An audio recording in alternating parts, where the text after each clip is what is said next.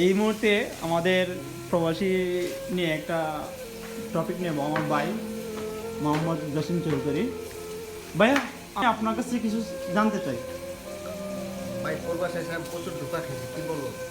আমার মতো টাকা এত কারো লস হয় না, ঠিক আছে। জি। আমি 2019 সালে আসছি, জি। দিদির আসছিলাম 8,000 দিরহাম খরচ করে, তারপর ভিসা লাগাইছি 18,000 জমা দিয়ে। তারপর লাস্ট মুহূর্তে আমার ভিসাটা হয়নি, একটু কাজের জন্য বেরিয়েছিল। তারপর 3 বছর অবৈধভাবের মধ্যে ছিলাম। তারপরে পরবর্তীতে সুযোগ পাওয়ার পরে ভিসা ফাইন মাফ করে 15,000 দিরহাম দা নেক্সট ভিসাটা লাগাইছি।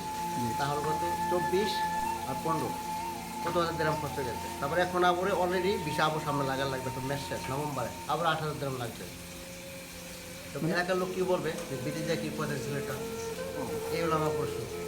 উনি বলতেছেন উনি পায় বাংলা 15 থেকে 16 লাখ টাকা খরচ করে ভিসা লাগিয়েছেন এই 3 বছরে।